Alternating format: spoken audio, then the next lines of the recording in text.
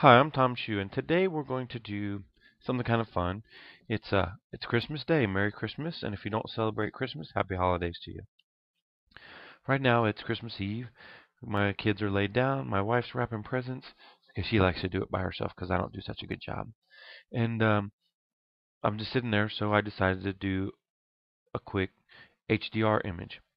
Now, I've used Photomatics quite a bit, and I follow Trey Radcliffe's tutorials, and I'm pretty familiar with doing HDR. But sometimes you just want to do something really quick.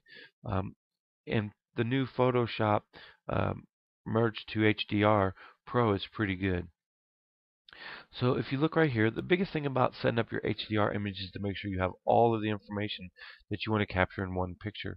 The whole idea behind HDR is to get all as much information as possible from a scene and put it in one picture. So your camera sensor can't record all of these blacks and all of these brights in one image. It doesn't have enough range.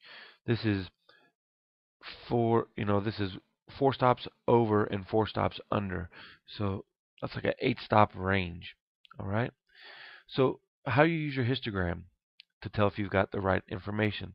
Well, once you've clipped the blacks, you've got all of the shadow detail information you need. So as you move your frame to the right 1 stop at a time and take a picture, you'll see your histogram move to the right.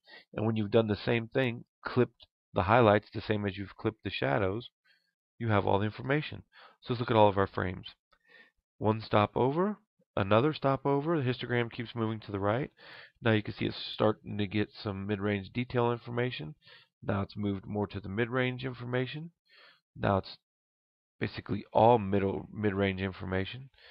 There's a over, there's 3 stops over, and there's clip to the right completely. There's 8 stops.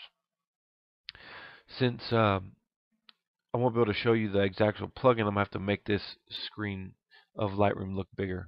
Okay, so there we go. Hit G, and I'm going to select all of the images in the grid view by holding the Shift key. Click on the first one, hold the Shift key, click on the next one, right click, edit in, merge to HDR Pro in Photoshop. Now, since we're dealing with a lot of files here, and these are raw files, it could take a long time to load up. It could also crash your computer. So we'll pause this and I'll unpause it to show you some of the steps throughout the way so you understand. Well, first of all, it's going to load up Photoshop, and then it will start bringing in all of the layers, each one of the photos as a layer. Then it will do some aligning and do some stuff like that, and then we'll open up an HDR dialog box. So let's pause the video, and when we come back, you'll start to see what it looks like to work inside the HDR Pro dialog. Now you can see how big this file is getting. So far, it's loaded about half of them, and we're at 506 megs. This file will be over 1 gig before it's done. So one trick that a lot of people do is they process all of their raw files to a JPEG file, like a JPEG large, and the files are so much smaller to work with. They still carry all of the detail information, but you don't have to worry about working with all those raw files. Okay, so here we see the HDR dialog has popped up. Didn't take that long. Took about a minute. Let me resize it to fit the recording screen. And I'll show you some things about this. Again, I'm not a professional HDR guy. There are some guys that specialize themselves in HDR. I'm not really a big fan of it. I like to mess with it once in a while. I just thought it would be kind of fun to see it today. Okay, you can see that this is our plus 4 stops and minus 4 stops. All the information there. And you can go in and you can change things. Like you can pump up the detail. And you can see it starts to get these little halos and stuff around things. And there's kind of halos around the tree. Okay, so you just adjust it however you see fit. You can make it brighter or darker. Okay, you can adjust the gamma. And this has to do with the way the colors push through the image. As far as I know exactly. I can't tell you the whole thing about it because I'm not an expert on gamma control either. No, I set it to a point when I'm adjusting my monitor. Okay, so here we are. When you take a bunch of images, if you don't work off a tripod, you can get ghosting. You can also get ghosting from like tree limbs moving when you're taking pictures of stuff outside. To remove ghosting, you just click here, and it will remove ghosting from all your images thinking. Okay, so let's remove ghosting. Now, you can come in here and use a tone curve, which is this is our highlight area, and this is our shadow area, and you can develop your image like this. You can take your midtones and move them around however you prefer. But there's also some drop-down presets that you can use to get a starting point. Let me pull these dots off. You just drag them off the screen and they pop off usually. There we go. You can also, instead of using a tone curve, you can adjust your highlights and shadow information here. Increase vibrance and saturation. Do all these kinds of things. Let's go back to the default. Okay, if in this drop-down box, there's a whole bunch of options. One is like city twilight, and it's just going to render the image a certain way. These are presets. Flat. These ones, I mean, these are just ridiculous. Surrealistic. That's never going to happen. Low contrast. This is why I don't like HDR. It just looks terrible. If it's done tastefully, it can look okay. Now this one, Scott 5, is done by Scott Kelby. I kind of like it. It's a little grungy, but that's okay. Alright, so that looks pretty good. I think I want to bump the exposure up just a little bit. And I want to take the vibrance, I want to kick that up, make it a little bit more warmer. Maybe the saturation just a hair. Alright. Bring our shadow detail like it. And this is edge glow. You can increase it or decrease it.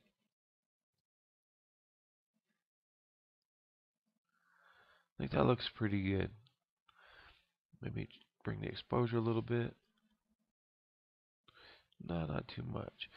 It's kind of a, she's wrapping by the light of the Christmas tree. So that's kind of how that looks. We'll click OK. And this will load into Photoshop now. And I'll show you how to take care of some of these things because she's looking pretty rough down here. She looks like she's dirty and beat up.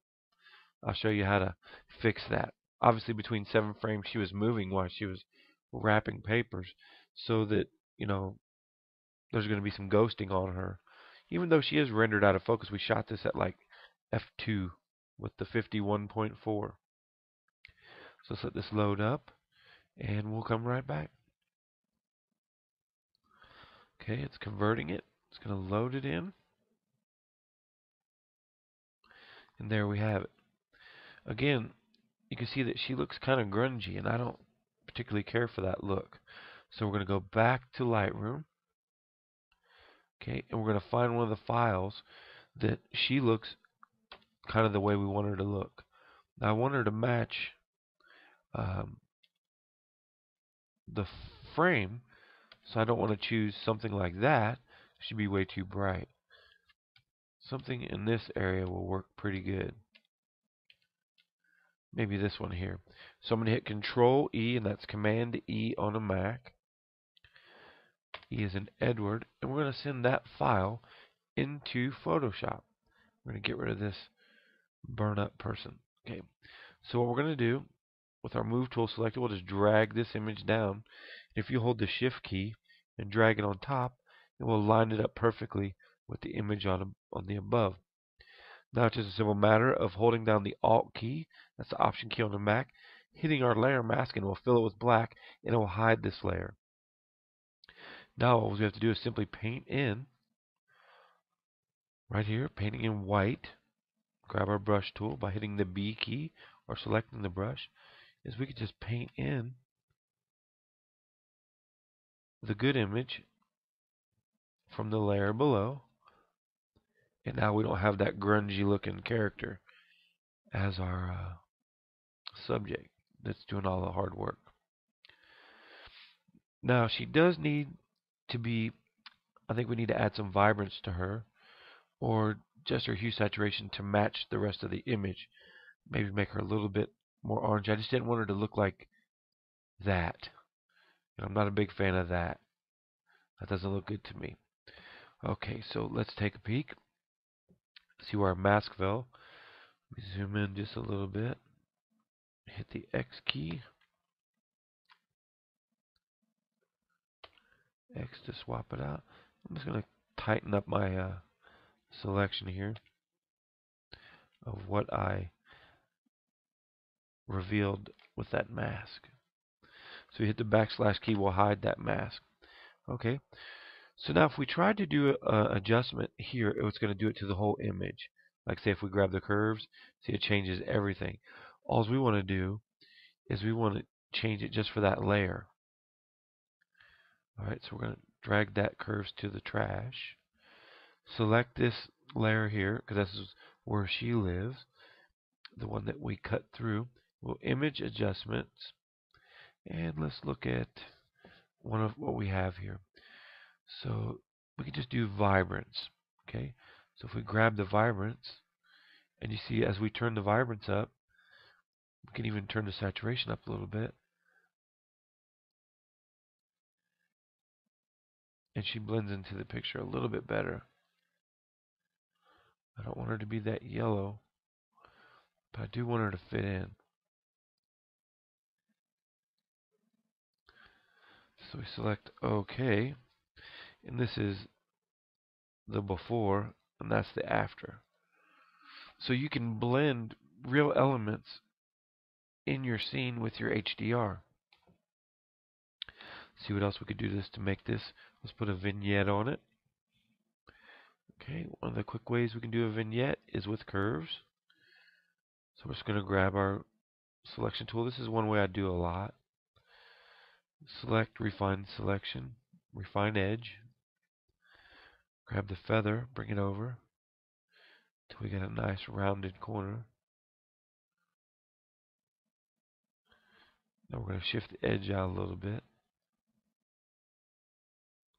Looks pretty good, maybe a little bit in. Click OK. I'm just going to set this right where I want. Now I need to invert the selection. That is Control Shift I or Command Shift I as in India to invert the selection. And let's grab our curves tool. With curves selected, we'll just drag down.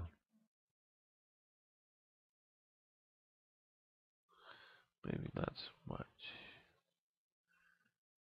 There we go. Let's zoom in and take a peek at what we got here.